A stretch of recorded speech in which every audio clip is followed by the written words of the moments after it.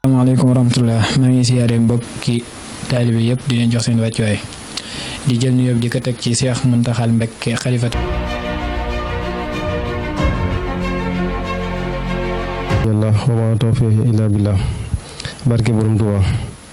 Asalaamaaleykum wa rahmatullahi wa barakatuhu. bëggoon a xam fondation Soppay Serigne Hamsatou Mbacké ban année la sasu ak lan moo sabab seen liggéey. lu ma jël lu jëm ci maanaam jëmmi fondation Soppay Serigne Hamsatou Mbacké moom programme dem ziyaare Serigne Hamsatou Mbacké kat daal koy leeral li nga xam ne mooy jëmmi liggéey fondation bi du ma sax liggéey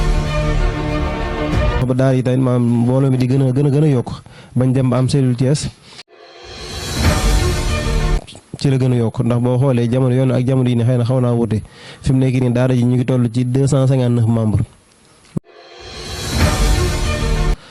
maam comme ni daara yëpp di doxee moom noonu lay doxee am na ay addiya ji ni laaj chaque weer mensualité yi laaj chaque weer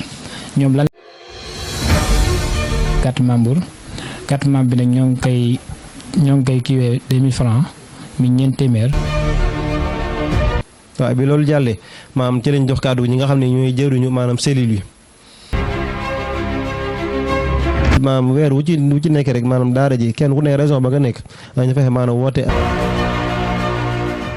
kon daal buñ ko déggee rek mooy comme seen programme bi ngeen doon waaj muy le 20. est-ce que bu maam jëmmi lu ko kii bi maam café gi maam moo nekk nii waa commission sociale ñoo ko tàmbali woon ba da ciy liggéey lu mën a wutal daara ji ay revenu yoo xam ne it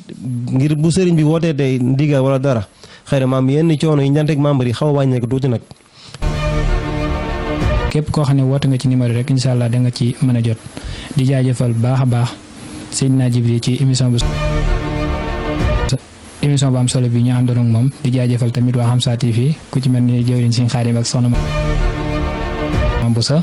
di leen jaajëfal di leen ñaanal ngeen yàgg kaa fekk ba ak Seexul Xaadim